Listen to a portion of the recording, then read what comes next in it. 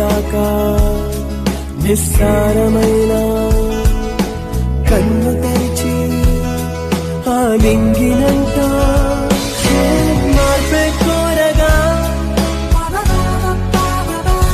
దినమొక ఇన్నను గెలిచిన భూమిని కొత్తగా చుట్టే ఆశలు పెంచిన